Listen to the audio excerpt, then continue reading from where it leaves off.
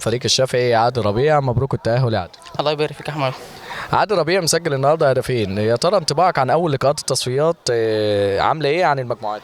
لا، التصفيات بصراحه غير المجموعات خالص، يعني دخلنا في الجد.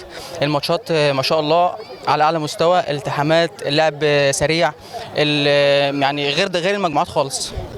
هل كنت تتوقع فرق المتاحه في المجموعات الاخرى بنفس القوه اللي كانت معاك في مجموعتك، ولا النهارده اثبت لك ان المجموعات فيها فرق قويه وليفل اعلى؟ جدا، الليفل مختلف تماما عن ما بدأنا خالص. المجموعات كانت حاجة ودلوقتي حاجة تانية. الفرق بدأت تلعب جامد، دعمنا برضو بكذا حد، والفرقة كلها دعمت، فاللعب جاي من أول الأدوار دي. اللعب ما شاء الله يعني في غاية أصلا. اللعب يعني سريع وقوي، وما شاء الله أصلا المجموعات غير التصفيات خالص.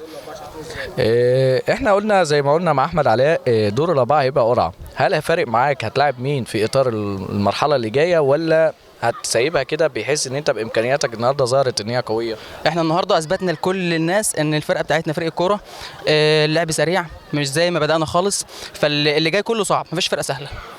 يعني انت سايبها اللي يجي، اهم حاجه الاداء بتاعنا. بالظبط. طيب سؤال اخير بقى، بما ان احنا سالناه الاسبوع اللي فات، كباكا جه النهارده، يا ترى الخمس اهداف اللي سجلوا هل بوجود كباكا ولا هم كده كده كانوا هيسجلوا؟ هو يعني الحمد لله ان كباكا اصلا ما جاش، او هو اللي فات انتهى تعادل سلبي عشان كباكا ما جاش. احنا نحمد ربنا ان هو ما جاش اصلا، يعني هو جاي اصلا احنا بنلعب ناقصين واحد. لا، هو الماتش اللي فات انتهى تعادل سلبي عشان كباكا ما كانش موجود، وده احمد علاء اكد عليه. النهارده بقى سجل عليك خمس اهداف رغم ان انت ملاحق الماتش، يعني هل ده بسبب وجود كباكا ولا كان في ترابط شويه من الهجوم بتاعهم؟ هو كان في ترابط من الهجوم بتاعهم بصراحه، بس كباكا النهارده عمل فرق مع الفرقتين، مش معانا احنا بس.